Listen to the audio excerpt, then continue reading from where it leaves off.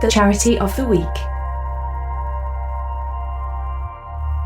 So I'm here with Jen Adams, and we've been finding out all about Manxwell and Dolphin Watch this week as our Charity of the Week. I'm sitting in the shop in Peel, and Jen, this is a magical little space, isn't it? And it's often a hive of activity with young people. Yes, it is. So we've actually had a really busy summer.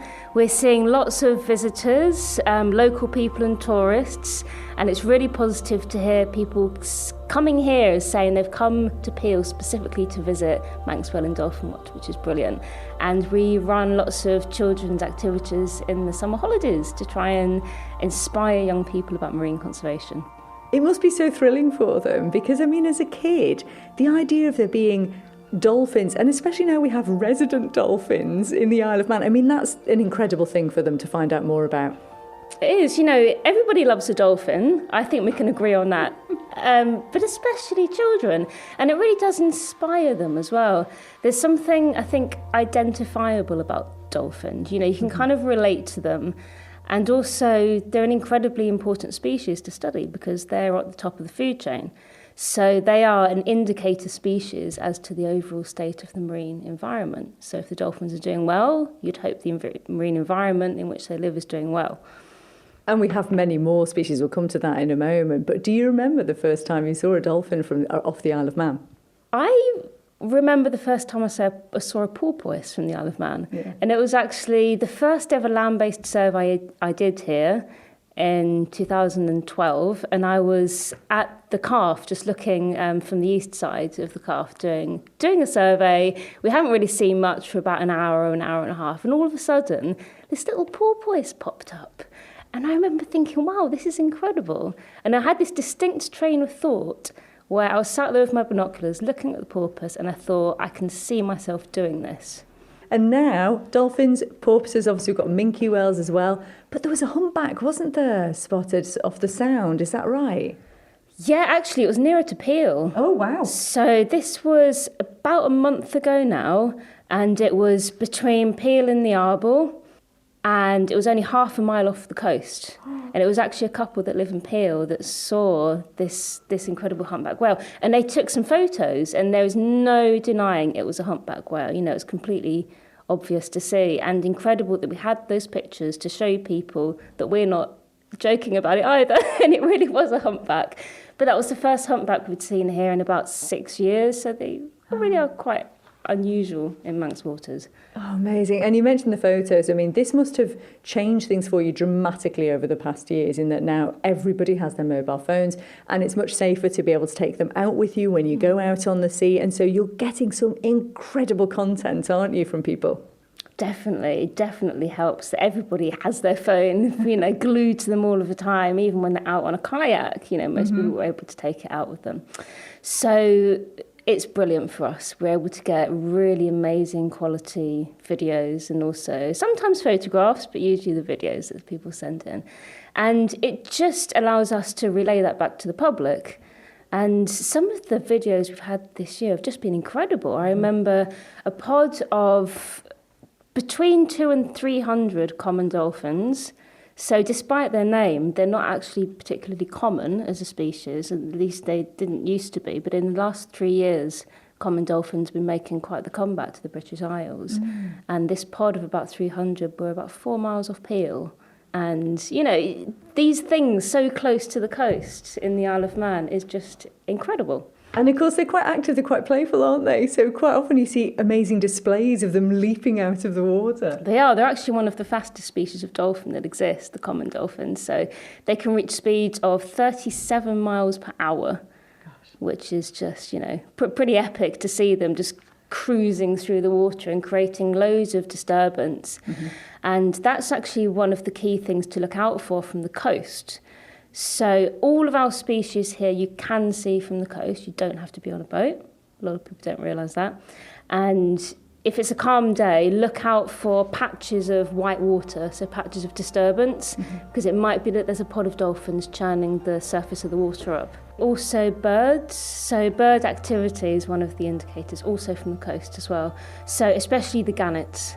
They have exceptional vision, so they fly around looking for dolphins, porpoises, whales, and they assume that they're feeding. So the birds will dive in to the surface of the water, and that's a really good kind of thing for us to watch out for.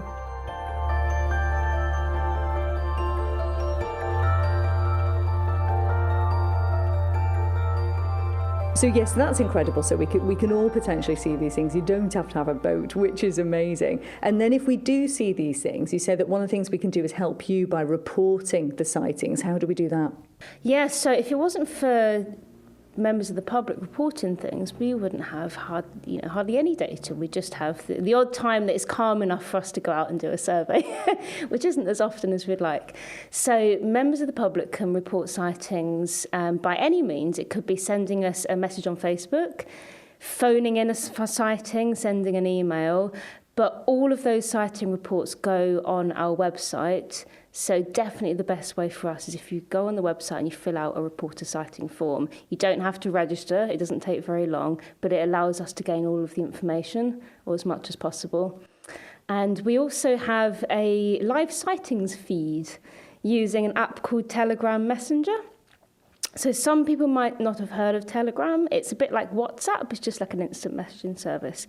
If you download Telegram Messenger on your phone and you get in touch with us on email or Facebook, tell us your phone number, we will add you to this feed.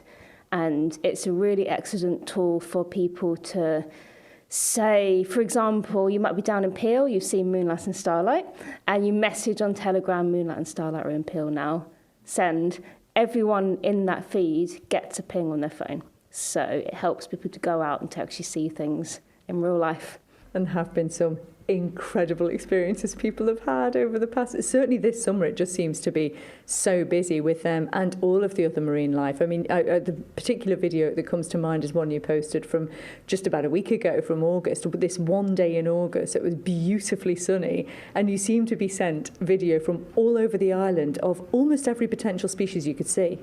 Yeah, it was just incredible. So that's actually a really good example of talking about how the wind affects your sightings. So it's been really windy, as we all know, for about 7 or 8 weeks now. But when you get a flat, calm day, the sightings come flooding in. And that happened last week on Wednesday. It was flat, calm, sightings of all of our 5 species of cetacean coming into play. So it's really good because it shows you that the animals are there, but it's just that we're not seeing them because it is windy, rather than them actually just not being there. And Jen, it's a busy time of year. It is summer still, thankfully. And lots of people are out and about on the water and in the water. And we have our resident dolphins, Moonlight and Starlight, which they're being seen so often now. And we can get quite close to them, or at least they get quite close to us, it seems, because they're quite confident around people. But that means we need to be a little bit wary, don't we? And there is a code of conduct that you've released to help with that. Yes, we have. So Moonlight and Starlight are unique in many ways, but one is that even though they are a pair, they display behavioural traits of a solitary dolphin. And solitary dolphins are usually very confident around humans. You know, they will come right up to swimmers, right up to people paddleboarding, and basically anyone who uses the water. And so we've put together this code of conduct which is specific for anybody who comes across Moonlight and Starlight, because you must know what to do and what not to do if you are approached by these incredible dolphins. So we highly recommend that anyone who comes across them does follow this code of conduct. So some examples could be that you're out in Peel Bay and you're on a kayak or a paddleboard and Moonlight and Starlight come to you.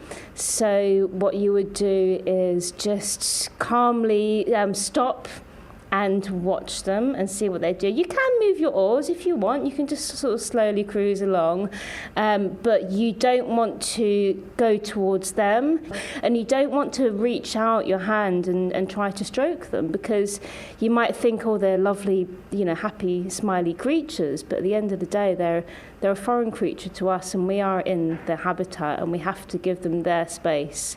And they need to know they're not overcrowded, they're not being sort of pushed into the bay, and that we are respecting them. They do get quite close to swimmers too, don't they? They do get close to swimmers, so we don't want to encourage anyone to ever get in the water when you see the dolphins. But if you are in the water and the dolphins come to you, then don't reach out and touch them. Try not to actually swim actively alongside them. Just tread water, keep calm, stand up, if you can, and let the dolphins do their thing, and to swim around you and just respect them, I think, is the key. They're quite big animals, aren't they? And they're very strong. So do we need to be a little bit careful with that respect? You do, yeah. So the code of conduct is in place, not just for the dolphins, but actually for the people as well. They are huge animals. So Moonlight is, she's around about 4 meters in length from beak to tail. If you measure that out, you'll get a shock. She's huge. She could potentially weigh about 500 kilograms, which is around about the same as a motorbike. And even just an accidental sort of whip of the tail would really hurt you. It really, really would. So you must be careful that you don't scare them in any way. And, even though Starlight's coming up to 4, I can't believe she's going to be 4 soon, but she will be in September, Moonlight still will be very protective of her. So if she does think that anyone's a threat to Starlight, she might try and sort of get in the middle and or gently kind of push the humans away. Do you think, will they be sort of together forever now, the pair of them, or will there come a time when Starlight will go off and do her own thing? It's one of the most commonly asked questions. Thank you. So the answer is that we don't know. So usually with bottlenose dolphins, they stay with their mum up till around about the age of 6, sort of between 3 and 6. But females are probably more inclined to stay with their mum for a bit longer. But in a usual dolphin situation, you'd have a big family of dolphins. And the youngster will be free to go off and intermingle with other families and other pods.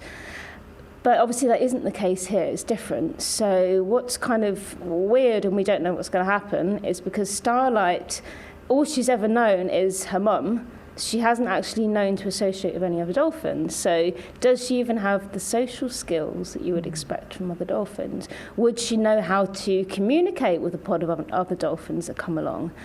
But, what will she do? Will Moonlight perhaps one day have the strong urge to go home to Scotland, and Starlight will just want to stay because she knows the Isle of Man and she feels safe here? We really don't know. It's like the endless question, but, watch this space. It's exciting in itself.